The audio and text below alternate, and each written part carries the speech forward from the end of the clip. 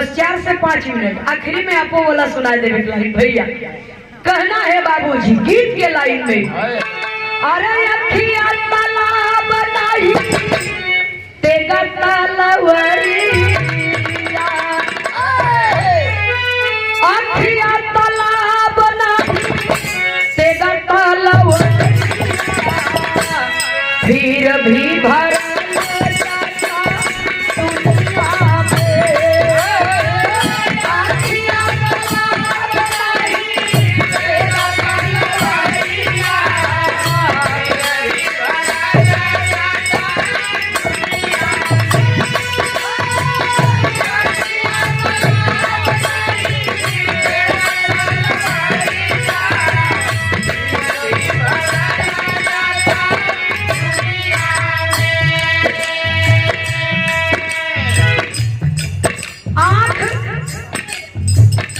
नदी नाला नहीं है, दरिया समुंदर नहीं है, लेकिन कबो कबो जरूरत पड़े पर जरूरत से ज्यादा पानी यही आंखी से निकलता है। उदाहरण के लिए श्री कृष्ण श्री सुदामा जी का मिलन है।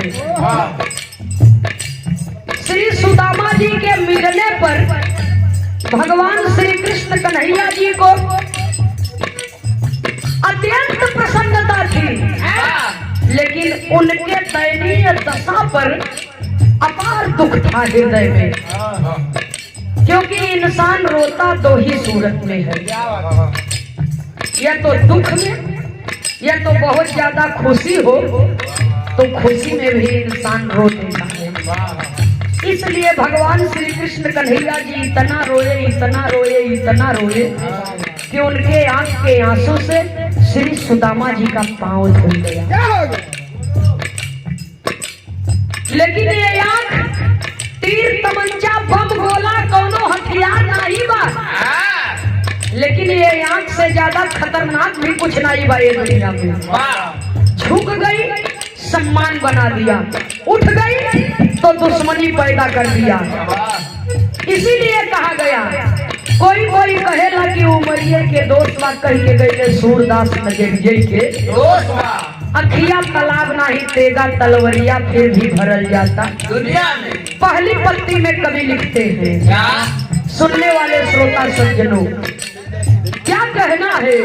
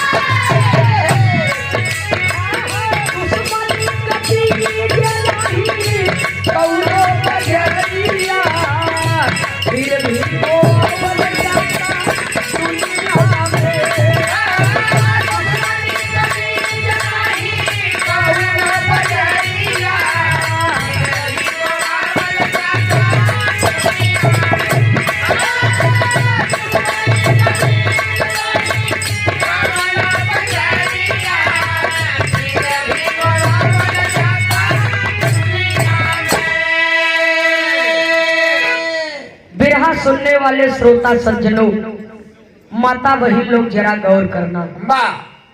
पेड़ पल्लो घास फूस फसल के कटनिया, केहू केहू पौधा के लगत टहनिया, ये दुनिया में इस धरती पर पैदा होने वाला लगभग हर एक अन्न का बीज भंडार में मिल जाता है। लेकिन बिरहा सुनने वाले श्रोता सज्जनों, रमेश भैया, दुश्मनी के बीज नहीं कौनो बजरिया फिर भी बोआवल जाता दुनिया में। दुश्मनी के बीज न कोनो बाजार में मिले, न शहर में, न देहात में। मिला तो हो एक जगह। कहाँ मिलत है? दारू ठीका पे। अरे वाह। हाँ, ऐसा बा हाँ नर्सरी पैदा करत के। धन के बढ़ना ठीक है लेकिन मन के बढ़ना नहीं ठीक है। ये तो गड़बड़ है बच्चा। धन बल नाम सोहरत के गर्मी क्यों क्यों बर्दाश्त कर पावत है जे न बर्दाश्त कर पावे। दारू के ठीका पर जावा दारू पीवा क्योंकि बहन बिटिया गरियौबा तो दुश्मनी अपने आप ही पैदा हुए। वाह इसलिए कवि जी कह रहे हैं कि दारू की दुकान पे मिलत है। लेकिन हमार गाना का कहता दुश्मनी के बीज नहीं कौनो बजरिया फिर भी बोआवल जाता दुनिया में। अपने कमाई से मेहनत से घर द्वार बनैला जमीन जायदाद बनैला खेत कियारी खरीदिल नाम शोहरत कमाइल लेकिन बगल वाला देखे तो कहे सरवा कुछ न कुछ जुआर लगाए बा और हम ऐसा जुआर लगाई कि आगे बढ़त बा तो आगे बढ़ ही नहीं पाए। जितना लोग अपने दुख से नहीं परेशान है उतना पड़ोसी के सुख से परेशान है। संसार का सबसे बड़ा दुख यही है। ये छोटी से गीत में कवि जी बहुत बड़ी करोड़ों रुपया की बात लिखे। तो गलत फहमी के कारण इंसान के अंदर दुश्मनी के बीज बाबूजी उत्पन्न होती है। लेकिन आगे स्वयं आप भी बढ़िए और जो आपसे पीछे है उसे भी सहारा आप दे सकते हैं लेकिन क्योंकि बुराई करेंगे न चाहिए।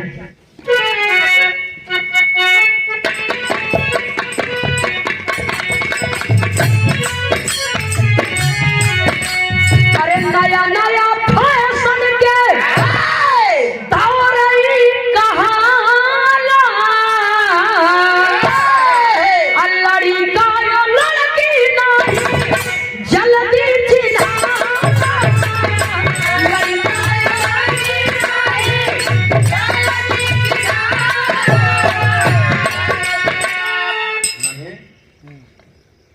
अरे होठ कोई कपड़ा नहीं सब फिकरिया फिर भी सियल जाता दुनिया में।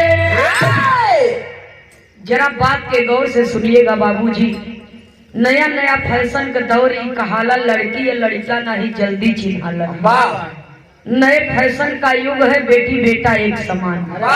लेकिन होठ कोई कपड़ा नहीं सबके फिकरिया फिर भी सियल जाता दुनिया में। हमारी माँ बहनें भी गीत सुन रही हैं दादा चाचा बड़े बुजुर्ग सुन रहे हैं। जरा गौर करेंगे सुनने वाले श्रोता सज्जनों ये होठ कोई कपड़ा नहीं है लेकिन इसको भी सिलना पड़ता है। क्यों? दो लाइन का कहानी उदाहरण के लिए। एक छोटा सा परिवार है परिवार के 3 सदस्य पति पत्नी एक 7-8 साल का लड़का बा। आदमी का कमाई धमाई बढ़िया बा लेकिन आदत के थोड़ा खराबी रहे। आदत के खराबी का खाए पिए के बेचारू चौचक शौकीन रहे। एक दिन बाजार गए गोश्त खरीद के लिए और अपने दुल्हिया से कहा कि हले ले तई बनवत रहू हम सीसी भूल के जात है लड़के बाजार। अब जरा गौर करेंगे हम ये कहानी कहत काहे है। मर्द चला गया दारू बदे दुल्हन चली गई भीतर कुछ काम से और 2-4 कुत्ता बैठा रहे दुआरे पूरा गोश्त खाए और तब से दुल्हिया निकली बहरवा तो देखत बा तो कुकुरा के गरियावत बाकी दहियरू का नाती कुल गोश्त खाया है। हमारे पहलवान वहाँ आवत हुई ही बाजार से और बना बनान गोश्त न पाई ही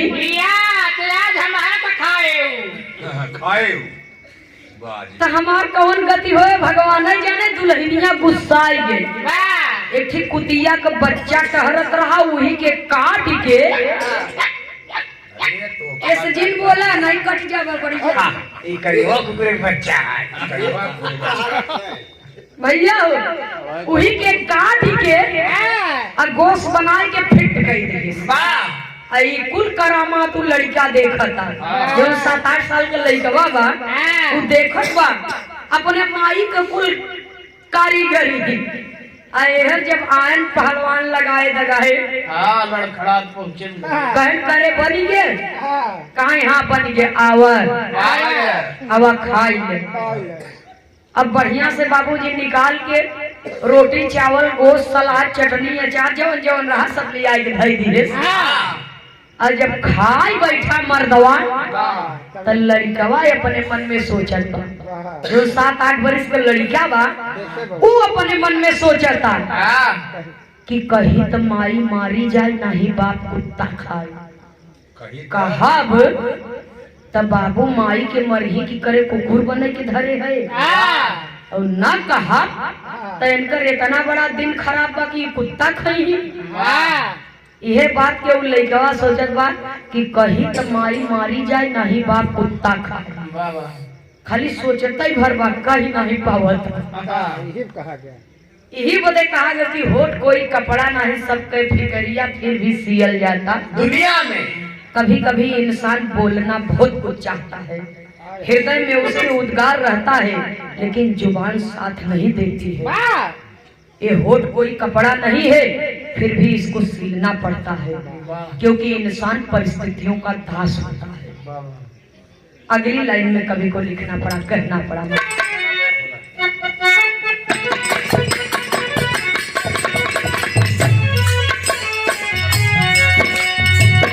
किस्मत मेरी साथी काहे रूठल जात,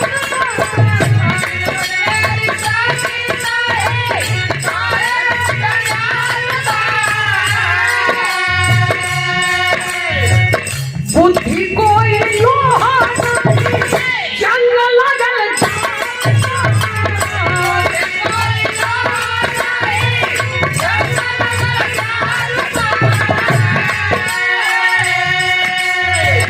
अरे इंसान मौसम नहीं कौनो बदरिया, अरे इंसान मौसम नहीं कौनो बदरिया फिर भी बदली जाता।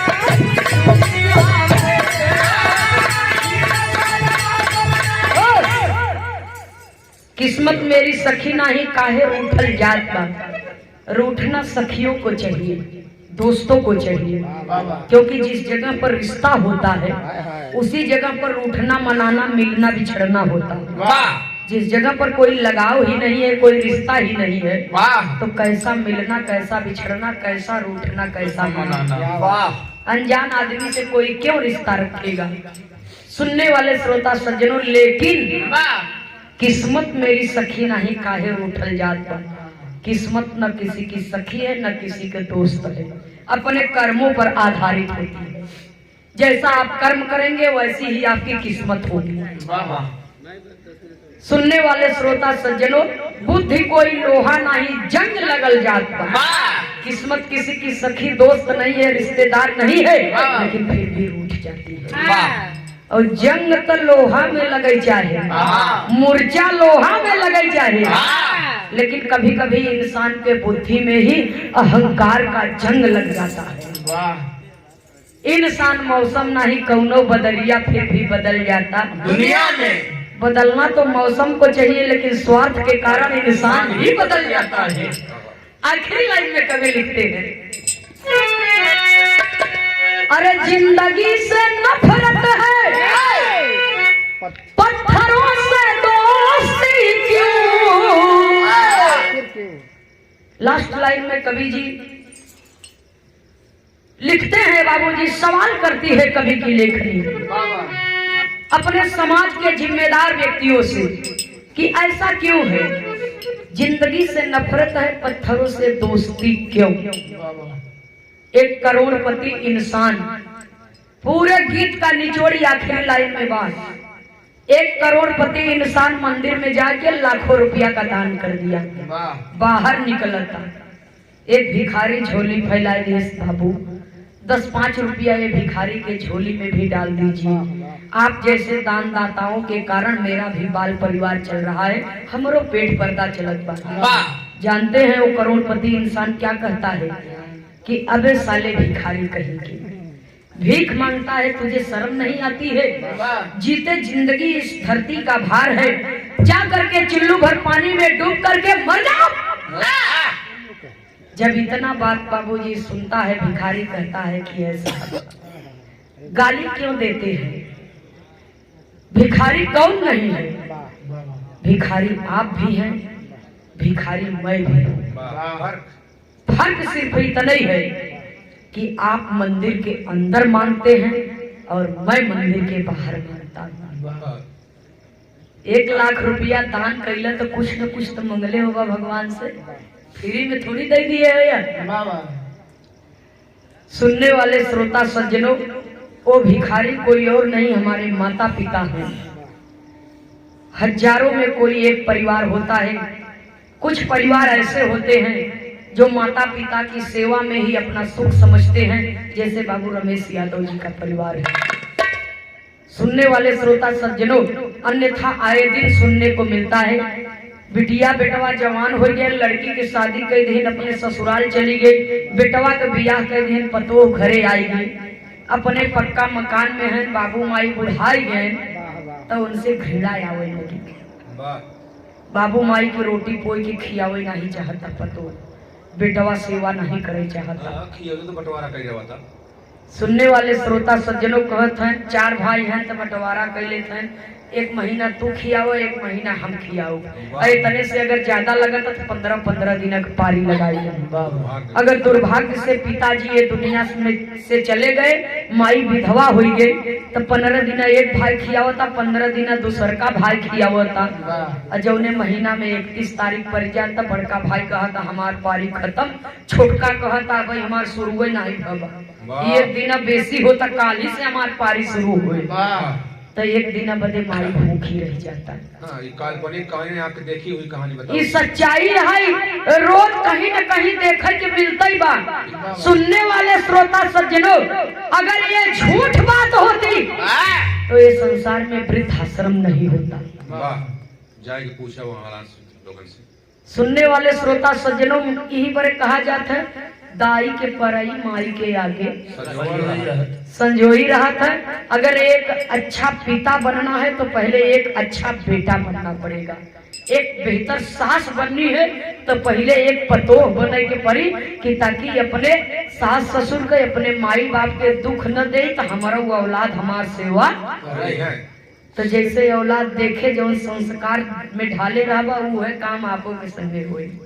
माई बाबू के अपमान करबा तो तोहार बेटवा तोहके देखत बा तो से बेसी हो जाए आवे वाले समय में।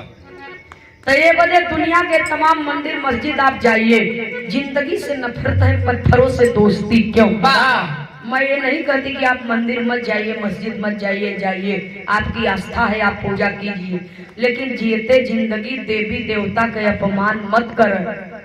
माई बाबू के अपमान कर देव तो दुनिया में कतौ ठिकाना न मिले। और माई बाबू के दिल से सेवा करके देख बिगड़ा काम न बन जाए, तब कह कि नंदनिया का करे। सुनने वाले श्रोता सज्जनों, तो महतारी बाप के दिल दुखावे के न चाहे। कवि को संकेत करना पड़ा, कहना है अरे जिंदगी से नफरत है पत्थरों से दोस्ती क्या, अभी देखे बरोज मिलती न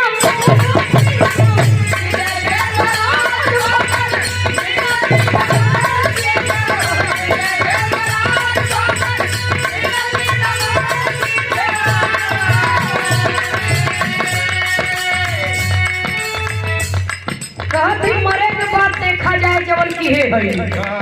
मरे के बाद स्वर्ग में है कि नरक में है, या वही बताओ। वहाँ कुछ सही है जाने भाई, कल्पना बते। स्वर्ग नरक सब ही बा, फोकट में मुक्ति नहीं मिलती है बगैर कर्म की है। अरे नंदनी कहे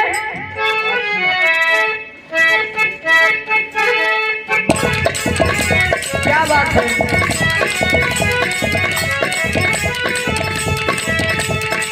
आत्मसम्मान और शरीर में जमीन आसमान का अंतर है, फिर भी इंसान आत्मसम्मान पर चोट पहुंचावे से बाबूजी बाज नहीं आता है। आत्मसम्मान पर ठेस पहुंचावे के न चाहिए। शरीर पर घाव लग जाए, मरहम पट्टी सुई दवाई से घाव भर जाए, लेकिन आत्मसम्मान पर अगर ठेस लगता है तो वो घाव तब तक नहीं मिटता है जब तक कि इंसान मर नहीं जाता है। इसलिए कहना है नंदनी कहे आत्मस्वामी पालन परिसिया नंदनी कहे आत्मस्वामी पालन परिसिया घायल कैसी